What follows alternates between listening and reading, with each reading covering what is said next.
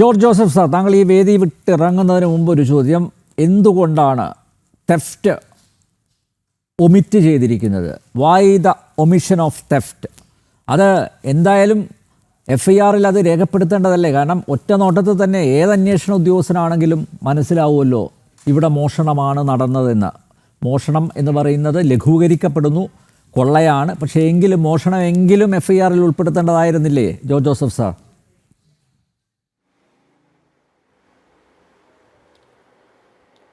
തീർച്ചയായിട്ടും അപഹരണം എന്നൊരു വാക്ക് ഉണ്ടെന്നാണല്ലോ ഇപ്പം പറയുന്നത്. അല്ല, അതുകൊണ്ട്. പക്ഷേ എന്നാലും വകുപ്പ് ഇടണമല്ലോ, അതല്ലേ? ഇതൊരു മോഷണം തന്നെയാണ്. മോഷ്ടിച്ചോണ്ട് വകുപ്പിടണം. അത് ശശിധരൻ എന്ന് പറഞ്ഞ SP നല്ല വിവരമുള്ള ആളാണ്. തീർച്ചയായിട്ടും ആ ചാർജ് ഷീറ്റ് കൊടുക്കുമ്പം തെറ്റ് പറ്റില്ല എന്നാണ് ഞാൻ കരുതുന്നത്. കാരണം 380 ആണ്, 380 ആണ് ഇടേണ്ടത്. മോഷണം മറ്റേ സിമ്പിൾ വെളിയിലുള്ള മോഷണമാണ് 379. ഇതൊരു ഹൗസ് തെഫ്റ്റ് പോലെ അവസ്ഥ. അപ്പം അല്ല 380 ഇതിനകത്ത് ഇടണം. അത് തന്നെയല്ല, അത് രാത്രിയിലാണ് അടിച്ചുകൊണ്ട് മാറ്റി ദുരുദ്ദേശത്തോട് മോശവിചാരത്തോടും കൂടിയാണ് അത് അടിച്ചു കൊണ്ടുപോയത്. അപ്പം 457 ഹൗസ് ബ്രേക്ക് ചെയ്തിട്ടുണ്ട്. അവിടെ ബ്രേക്ക് ചെയ്താണ് കൊണ്ടുപോയത് പറയാനുള്ളത്. അപ്പം 457 ഇല്ല ഞാൻ പറഞ്ഞോട്ടെ. അല്ല, രാത്രി 6-ന് ശേഷം വെളുപ്പിന് 6-നകത്ത് 457. അത് പകലാണെങ്കിൽ 454. ഇത് രണ്ടും അതിനകത്ത് 457, 454, 380 ഇട്ടെങ്കിൽ ഇത് കൃത്യമായ സെക്ഷൻ ആവുള്ളൂ.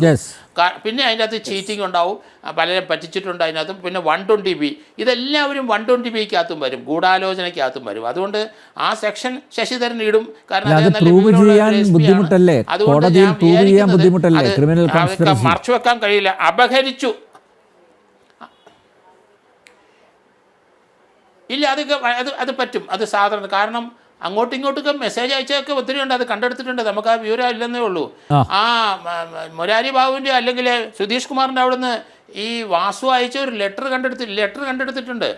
അത് ഇതുമായിട്ട് ബന്ധപ്പെട്ട പല കറസ്പോണ്ടൻസ് നമുക്ക് ആ വിവരം അറിയത്തില്ല. കാരണം അത് ഇൻ ക്യാമറ പ്രൊസീഡിങ്സ് ഹൈക്കോടതിയിലായതുകൊണ്ട് മറ്റ് പല വിവരങ്ങളും പുറത്തു വരുന്നില്ല. കോടതിക്ക് അത് ബോധ്യപ്പെട്ടിട്ടുണ്ട്, അന്വേഷണ ഉദ്യോഗസ്ഥൻ മാറ്റി. അതുകൊണ്ട് ഈ കേസിനകത്ത് തീർച്ചയായിട്ടും 120 പ്രൂവ് ചെയ്യും.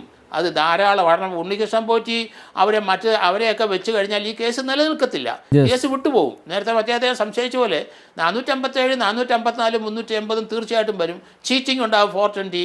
അതുപോലെ തന്നെ ക്രിമിനൽ ബ്രീച്ച് ഓഫ് ട്രസ്റ്റ് ഉണ്ടാവും. അതുപോലെ മിസ്അപ്രോപ്രിയേഷൻ ഉണ്ടാവും. പിന്നെ സർക്കാർ ഉദ്യോഗസ്ഥർ പണം വാങ്ങിച്ചതിന് വിജിലൻസിലൊരു അന്വേഷണം നടക്കുന്നുണ്ട്. അതുപോലെ ഇത് ഡിവൈൻ നേരത്തെ വിലപിടിപ്പുള്ള നമ്മൾ വിചാരിക്കുന്ന സ്വർണത്തിൻ്റെ കാര്യം ഞാൻ പറഞ്ഞത് അത്രയും റിക്കവർ ചെയ്യാൻ വേണ്ടിയിട്ട് ഉദ്ദേശിച്ചുകൊണ്ട് അതിൻ്റെ വാല്യൂ നമ്മൾ വിചാരിക്കുന്നത് അപ്പുറമാണ് ഇതിൻ്റെ കാര്യം. നേരത്തെ അദ്ദേഹം പറഞ്ഞ പോലെ അവിടെ തൂക്കിയിട്ടിരിക്കുന്ന ചില നമ്മളെ വീട്ടിലൊക്കെ ഈ ഇലകളൊക്കെ നമ്മൾ തൂക്കി കല്യാണത്തിനൊക്കെ സമയത്ത് ഇടുന്ന പോലെ അവിടെ സ്വർണത്തിൻ്റെ ചില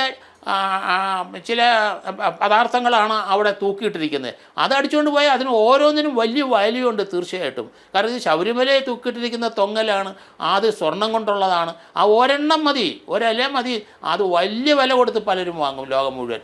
അതുകൊണ്ട് നമ്മൾ വിചാരിക്കാത്ത അപ്പുറം ഇതിനകത്ത് പണം വന്നിട്ടുണ്ട്. അത് ഇയാളുടെ പല സ്ഥലത്ത് ഇയാൾ പലിശയ്ക്ക് കൊടുത്തത് നമ്മൾ കണ്ടല്ലോ. ഉണ്ണികൃഷ്ണൻ പോറ്റി പലിശയ്ക്ക് കൊടുക്കുകയാണ്. ഇവരെല്ലാവരും വീട് വെച്ചിരിക്കുന്നതെല്ലാം വലിയ രമ്യഹർമ്മങ്ങൾ 2 കോടി 3 കോടിയുടെ വീടൊക്കെ എല്ലാവരും വെച്ചിട്ടുണ്ട്. അത് എങ്ങനെയാണോ സുപ്രഭാതത്തിൽ വെക്കുന്നത്? പണം ഇങ്ങനെ വരുന്നുണ്ട്. ആ പണം വിദേശത്തുനിന്ന് വരുന്നിട്ടുണ്ടാകാം, ഇവർ കൈ കൊടുത്തിട്ടുണ്ടാകാം, ഇവരുടെ അക്കൗണ്ട് ഇട്ടിട്ടുണ്ടാവും, ബിനാമി പലരെ അക്കൗണ്ട് ഇട്ടിട്ടുണ്ട്. ഇതെല്ലാം വെളിയിലോട്ട് വരാൻ സമയമെടുക്കും. അതുകൊണ്ട് ഈ ലിമിറ്റഡ് പീരീഡിൽ എൻ്റെ ഒരു ധാരണ ഹൈക്കോടതി പറഞ്ഞ ആ പീരീഡിനുള്ള ഈ ദിവസത്തെ മാത്രം ഒരു കുറ്റച്ചാർജ് കൊടുക്കുകയുള്ളൂ. ബാക്കി വളരെ വലുതായ ഏരിയ കവർ ചെയ്യത്തക്ക ഇൻവെസ്റ്റിഗേഷൻ വരണം. അത് ഹൈക്കോടതിക്ക് മനസ്സിലായിട്ടുണ്ട്. ഹൈക്കോടതി രജിസ്ട്രിയിൽ അത് പറഞ്ഞിട്ടുണ്ട്. അടുത്ത FIR എടുക്കാനുള്ള ഡയറക്ഷൻ കൊടുത്തിട്ടുണ്ട്. വരും എന്ന് തന്നെയാണ് ഞാൻ കരുതുന്നത്.